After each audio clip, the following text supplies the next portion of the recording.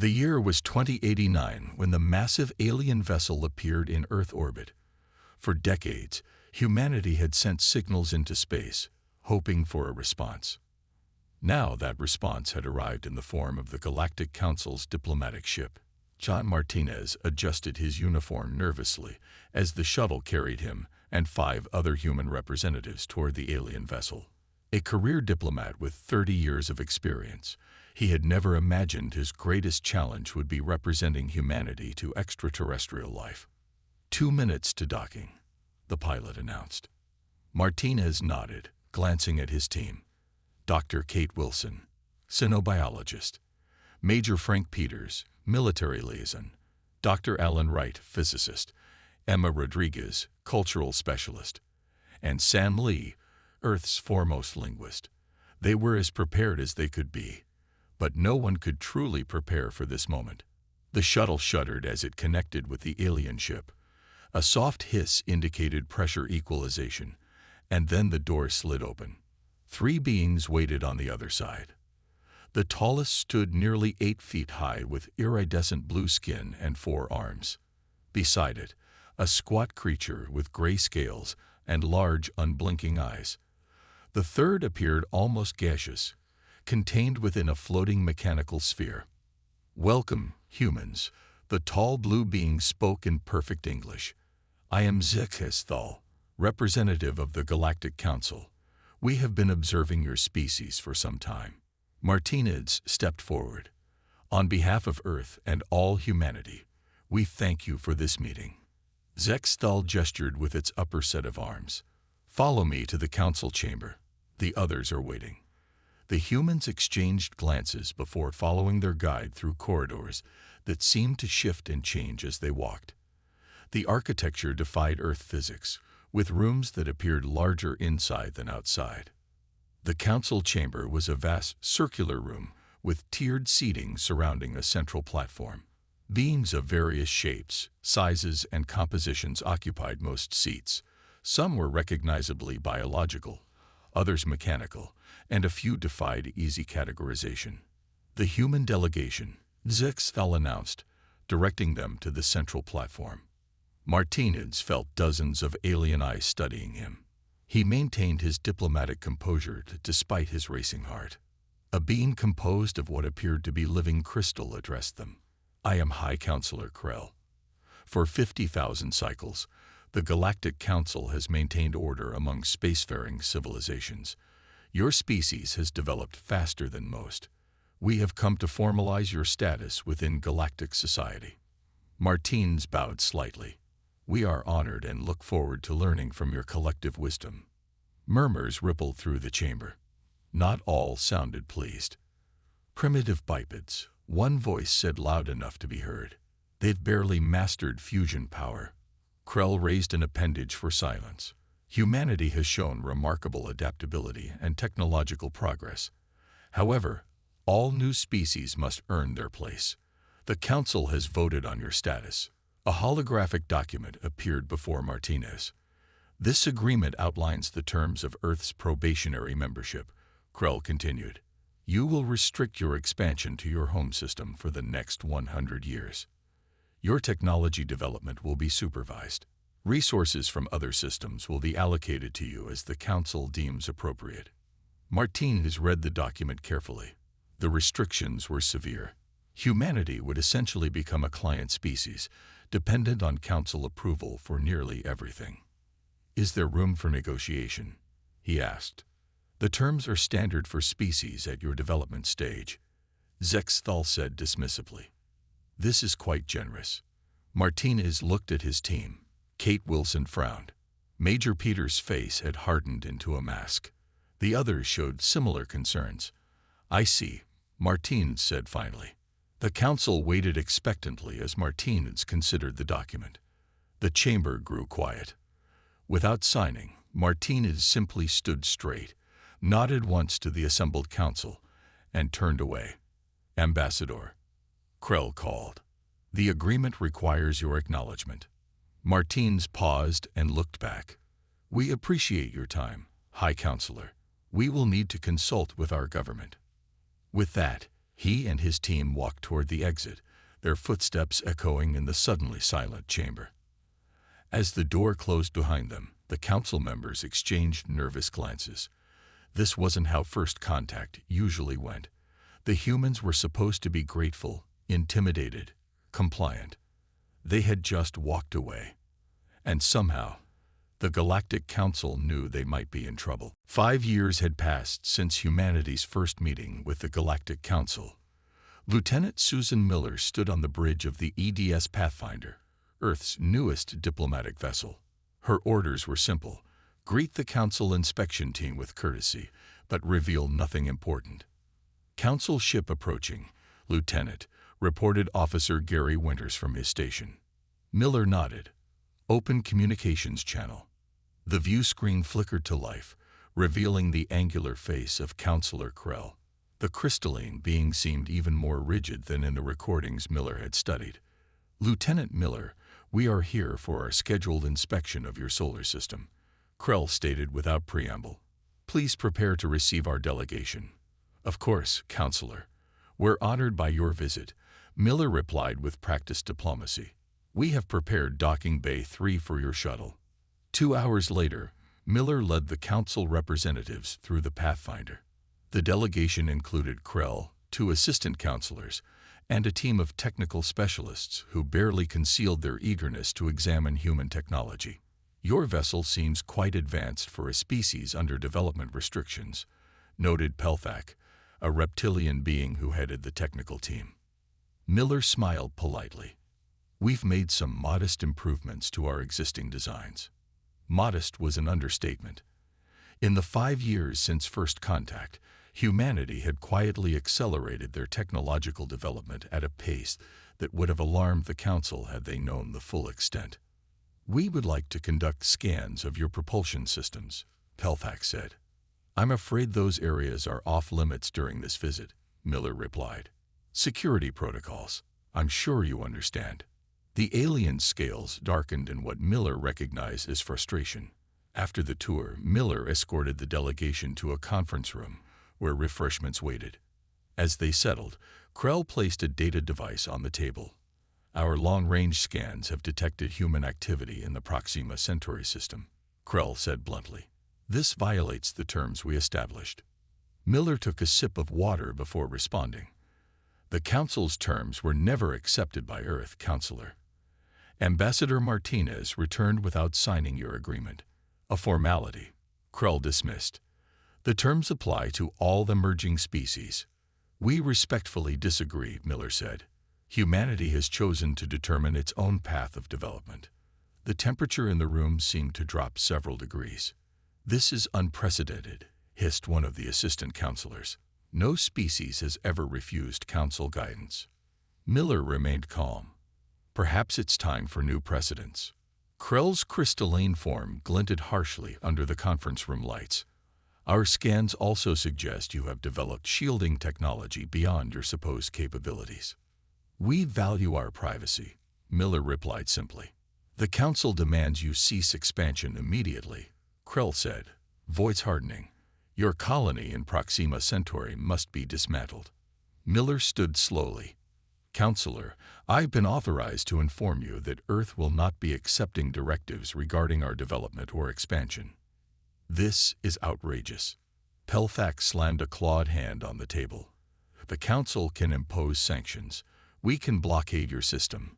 You could try, Miller said quietly, but we hope it doesn't come to that.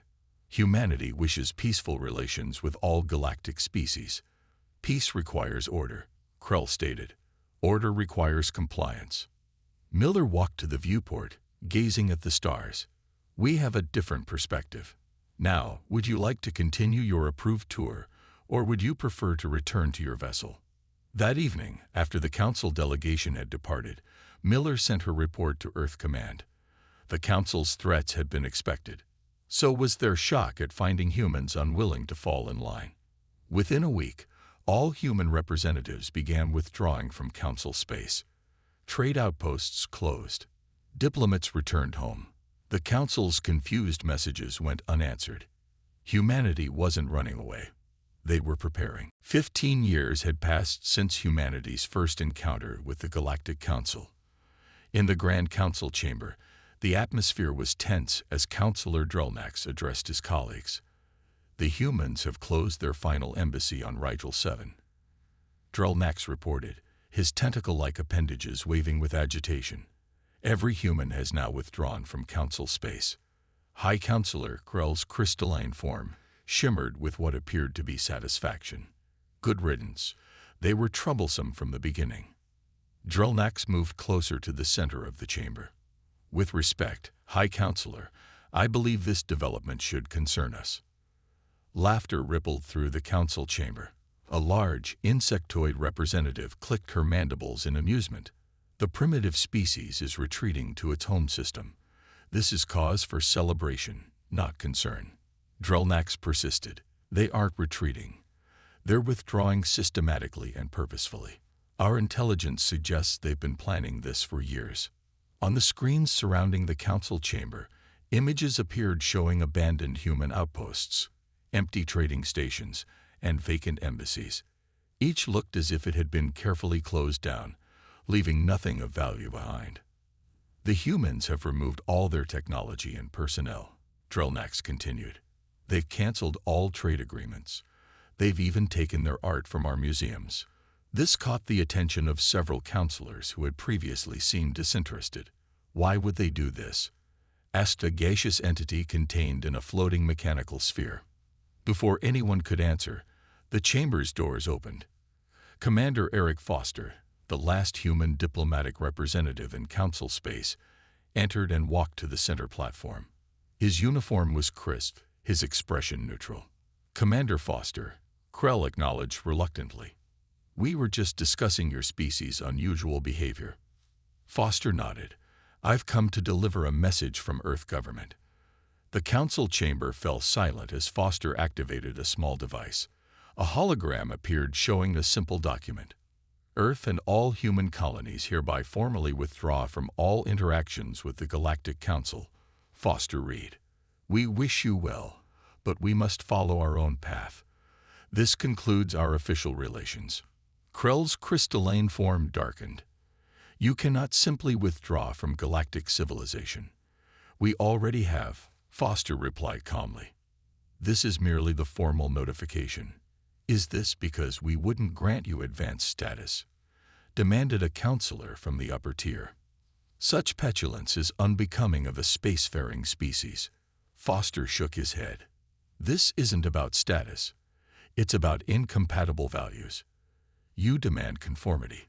We value independence. What about the technology and knowledge sharing? Asked another councillor. You're cutting yourselves off from thousands of years of advanced science. We'll manage, Foster said simply. Drelnax moved forward. Commander, please reconsider. This isolation will harm your development. We're not isolating ourselves, Foster clarified. We're just separating from the council. There's a difference. This is unprecedented, Krell declared. No species has ever voluntarily left the council. Foster smiled slightly. Then we're setting a new precedent. My ship departs in 1 hour. Any council citizens in human space have been notified to return home. After Foster departed, the council erupted in angry debate. Most dismissed the human withdrawal as temporary or inconsequential. Only Drelnax remained troubled. 1 month later, council scout ships attempted to observe human colony worlds. They found nothing. Somehow, human settlements had disappeared from sensors. Every approach to human space encountered strange energy fields that confused navigation systems. In an emergency session, a science advisor explained, the humans have developed technology that shields their systems from detection. We can no longer monitor their activities. Impossible, Krell declared. They were primitive just years ago. Apparently, Drelnax said quietly, we underestimated them. The council sent messages demanding explanations. None were answered. Humanity had walked away completely. And in the silence that followed, many council members began to feel unexpectedly afraid. The rising threat. 20 years after first contact, The Galactic Council faced its greatest crisis. The emergency sirens wailed throughout the Council citadel as representatives hurried to the Grand Chamber. Screens displayed devastating scenes from the outer worlds, cities in ruins, fleets destroyed, millions dead. High Counselor Krell's crystalline form appeared dull and cracked around the edges, a sign of extreme stress in his species. The Vexcar horde has destroyed 3 more colony systems, he announced grimly. Varissa Prime fell yesterday. 12 billion lives lost. Images of the attackers filled the screens, massive, armored beings with multiple limbs wielding energy weapons that cut through Council defenses like paper. Their ships, organic-looking and asymmetrical, overwhelmed everything in their path. Where did they come from? Demanded Counselor Zexthal. How did we not know of this threat? The military advisor, General Thrix, stepped forward. They emerged from unexplored space beyond the Cygnus Void. Our long-range scouts never returned from that region, but we assumed natural phenomena were responsible. Our combined fleets have failed to slow their advance. Thrix continued. At their current pace, they will reach core Council worlds within 6 months. Panic spread through the chamber. Species that had been enemies for generations now huddled together, united by fear. Counselor Preltak, a usually silent observer, suddenly rose from her seat. What about the humans? The chamber fell quiet. The humans. Krell's voice held confusion. They withdrew from Council space years ago. Exactly, Preltak said. They broke from our control and developed independently. Their technology was advancing rapidly even then. Perhaps they've created weapons that could help against the Vexcar. Murmurs spread through the chamber. Most Council members hadn't thought about humans in years. Our attempts to contact human space have failed, General Thrix noted. Their systems remain shielded from our sensors. We must try again, Preltak insisted. We face extinction. Pride cannot matter now. Krell hesitated, then nodded reluctantly. Send a desperate plea to any human listening post you can find. Offer anything they want. 3 days later, as the Council debated evacuation plans, the chamber doors opened unexpectedly. A human woman walked calmly to the center platform. Her simple blue uniform bore no insignia or rank that the Council members recognized. Ambassador Lisa Clark, she introduced herself. Earth government has received your message. The relief in the chamber was palpable. Krell moved forward eagerly. You've come to help us fight the Vexcar. Clark's expression remained neutral. We've come to discuss the situation. Discuss, General Thrix sputtered. Billions are dying. We need your weapons, your ships. Clark touched a device on her wrist, and a holographic display appeared, showing detailed maps of Vexcar movements and tactics. We've been aware of the Vexcar for 8 years. Shocked silence fell over the chamber. You knew. Krell's voice cracked with outrage. And you said nothing. We attempted to warn you 3 times, Clark replied evenly. Your council dismissed our messages as irrelevant since they came from outside official channels. Counselor Drelmax moved forward. Why didn't you insist? Force us to listen. That's not our way, Clark said simply. We respected your autonomy, even if it meant respecting your mistake. What have you done about the Vexcar? Asked Preltak. We've prepared, Clark answered. We've developed defensive systems, evacuation protocols, and weapons specifically designed to counter their technology. Hope surged through the chamber. Then you'll share these with us? Krell asked. We offer limited military assistance and refugee support for affected worlds, Clark said carefully. In exchange, we require formal recognition of human independence and non-interference in our space. As the Council reluctantly agreed to these terms, several members exchanged knowing glances. They would accept human help now, but once the crisis passed, they would bring these upstart humans back under control. They didn't notice Clark's slight smile as she observed their silent communication. The humans had anticipated this reaction perfectly. Admiral Paul Nelson stood on the bridge of the Earth vessel Defiance, watching as the combined Human Council fleet engaged the Vex-Car ships above the colony world of Traxxas IV. Human technology had turned the tide of war over the past 6 months. The Vex-Car, once seemingly unstoppable, now retreated across multiple fronts. "Target their command vessel," Nelson ordered. "Focused pulse on my mark." The Defiance's weapons, unlike anything the Council races had seen before, fired a concentrated beam of energy that sliced through the Vex-Car flagship's defenses. The massive enemy vessel split apart, secondary explosions cascading along its hull. "Enemy fleet is breaking formation, Admiral," reported Lieutenant Kathy Green from her tactical station. "They're retreating to the jump point." Nelson nodded. This battle was won, like many before it. Human weapons, human tactics, and human determination had saved countless Council worlds from destruction. The Council races fought alongside them, but everyone knew who was winning this war. "Admiral," Communications Officer Ben Harper called out. "Council Supreme Commander Val Thex requests your presence for a victory celebration on their command ship." Nelson glanced at his second-in-command, Captain Julia Reeves. She frowned slightly. "The timing seems convenient," she said quietly. "Our ships have expended significant energy in the battle." Nelson had learned to trust Reeves' instincts. "Tell them I'll arrive in 2 hours. I need to coordinate with our other vessels first." During those 2 hours, Nelson sent coded messages to all human ships. When his shuttle finally docked with the Council command vessel, he wore a diplomatic smile that didn't reach his eyes.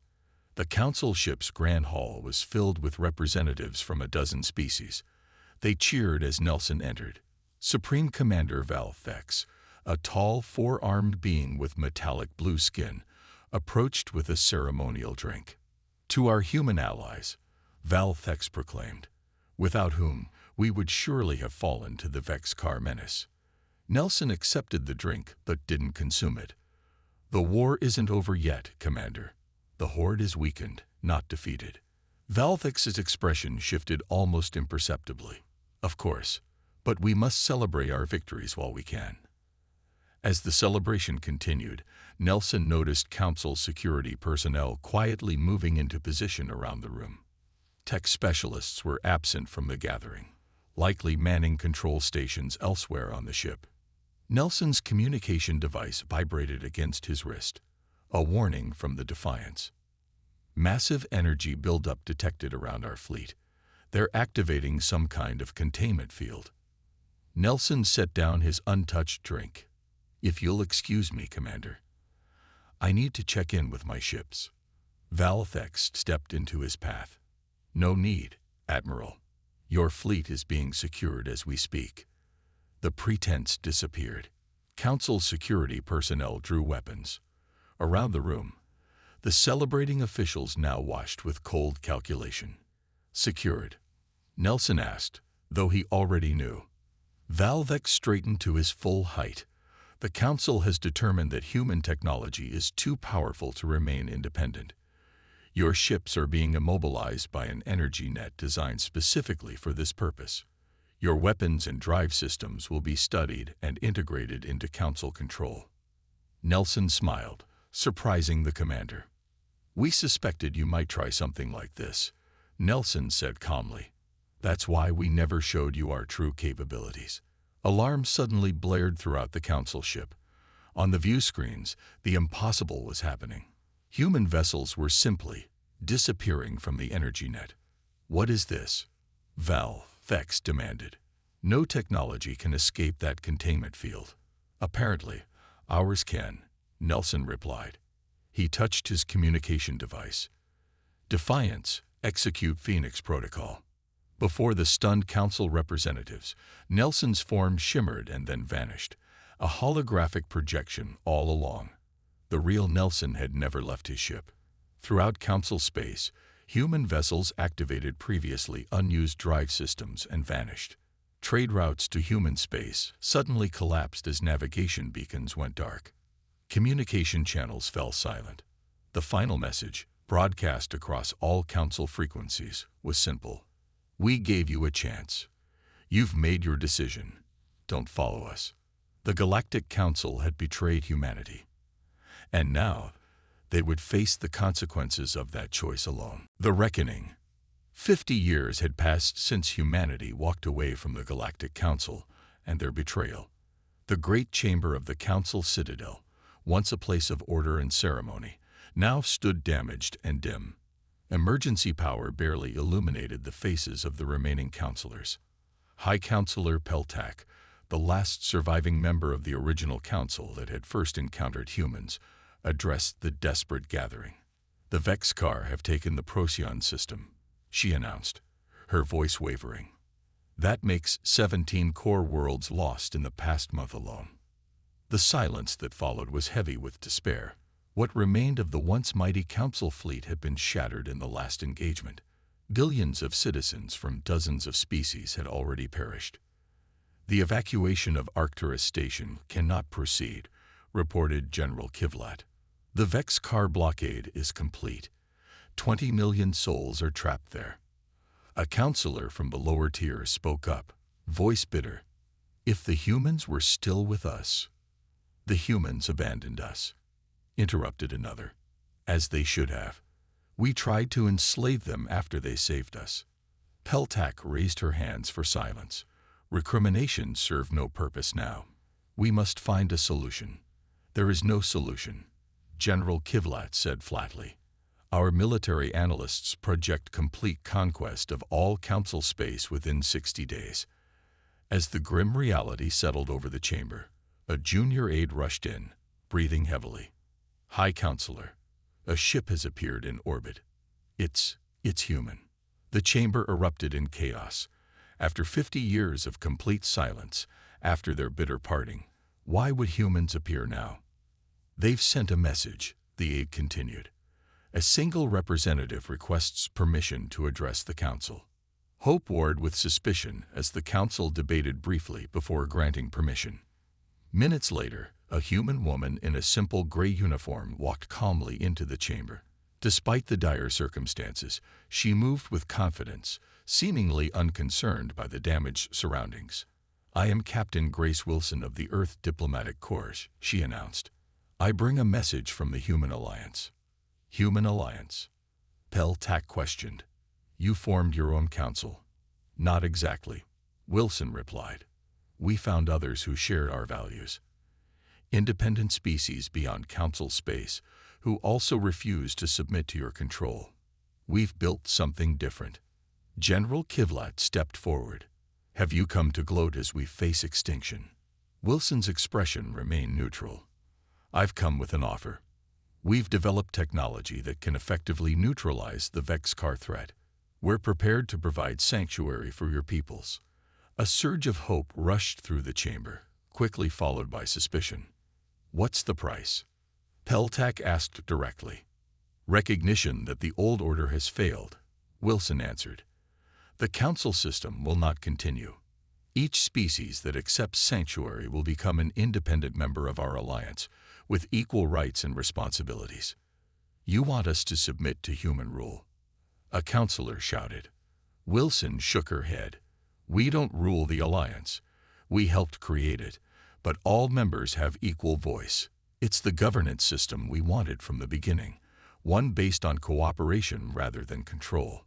She activated a holographic display showing diverse alien species working alongside humans on what appeared to be thriving worlds. "These are former council species who joined us over the years," Wilson explained. "Some came as refugees, others as defectors. All are now equal partners." "And our military technology?" General Kivlat asked. "Our ships will be placed under Joint Alliance Command," Wilson said firmly. "We won't make the same mistake twice. We won't give you the means to repeat your betrayal." Peltak moved closer to Wilson, studying her face. "So our choice is extinction or surrender." "Your choice," Wilson corrected, "is between extinction and evolution. The council way of domination and hierarchy is dying. We offer something better, but only if you're willing to change." As the Vexkar fleet pushed ever closer to the Citadel, the council faced the ultimate reckoning. The humans they had dismissed, then exploited, then betrayed, now held their fate in hand. Peltac looked around at the frightened faces of her fellow counselors and made her decision. "Tell us more about this alliance of yours, Captain Wilson." The New Order. 100 years had passed since humanity's first contact with the Galactic Council. The Great Hall of Unity Station hummed with activity as representatives from over 200 species gathered for the Centennial Assembly. The station itself was a marvel of cooperative engineering, a vast structure orbiting a neutral star, designed with environments to accommodate all member species. President Daniel Garcia of Earth stood at the central podium, surveying the gathered delegates. At 62, his hair had grayed at the temples, but his voice remained strong as he called the assembly to order. "Friends, allies, and partners," he began. "A century ago, humanity took its first steps into the galactic community. Today, we celebrate not just survival, but unprecedented prosperity." The delegates applauded, a cacophony of sounds from dozens of different biological forms. Among them sat former council species who had once viewed humans with contempt or fear. Now they were equal members of the Stellar Confederation. "When we walked away from the old Galactic Council," Garcia continued, "many believed we were retreating in fear or isolating ourselves in pride. The truth was simpler. We saw a system that demanded conformity instead of celebrating diversity. We saw rulers instead of partners." In the front row, Krell Vaughn, descendant of the once powerful Krell lineage, nodded slowly. His crystalline form shimmered with the colors of agreement. His ancestors had been among the most vocal opponents of human independence. Now his people thrived under Confederation protection. "The Vex-Car conflict tested us all," Garcia acknowledged. "But from that crisis came opportunity. Together, we built something stronger than the old council ever was." Holographic displays activated around the hall, showing the growth of Confederation space, hundreds of thriving worlds where technology and resources were shared freely. The displays highlighted joint scientific missions, cultural exchanges, and successful defensive operations against remaining Vex-Car holdouts. "We didn't walk away to hide," Garcia explained. "We walked away to build. While the Council demanded obedience, we created laboratories and academies open to all species. While they hoarded technology, we developed new methods of cooperation." Linda Cole, Earth's chief ambassador, joined Garcia at the podium. She had been a young diplomat when the final Council refugees were integrated into the Confederation. "Many of you remember the fear during those early days," she said. "Former Council members worried they were trading one master for another. But year by year, as humans kept our promises and shared both power and responsibility equally, that fear transformed into trust." From the avian section, Elder Zikra spread his magnificent wings in the traditional gesture of respect. His species had been among the first to defect from Council space, sensing the coming storm. "The humans showed us another path," Zikra called out. "When they refused to bow to Council pressure, we thought them arrogant. When they developed their technology in secret, we thought them dangerous. We were wrong. They were simply waiting for true partners." Garcia raised his hand, and the hall fell silent again. "Today, we face new challenges. Unexplored space still holds mysteries and threats, but we face them together, as equals with shared knowledge and shared purpose." A soft chime indicated the arrival of the ceremonial moment. The central floor of the hall opened, revealing a preserved artifact. The original restrictive agreement the Council had tried to force humanity to sign a century earlier. "This document," Garcia said, "represents the old way. Control, hierarchy, stagnation. By rejecting it, humanity didn't just change our own destiny. We helped create a new order based on freedom and mutual respect." The artifact slowly descended back into storage as new displays activated, showing children of various species learning together in Confederation schools, mixed crews on exploration vessels, and joint settlements on frontier worlds. "The old Council wasn't evil," Garcia concluded. "They simply couldn't imagine any system but their own. Their doom wasn't sealed when the Vex-Car attacked. It was sealed the moment they refused to grow, to adapt, to see others as true equals. As the assembly rose in unified approval, the reality was clear to all. Humans hadn't walked away out of weakness. They had walked away to build something better. And in doing so, they had saved not just themselves, but countless species who now called the Confederation home. The old order was gone, and no one wished it back.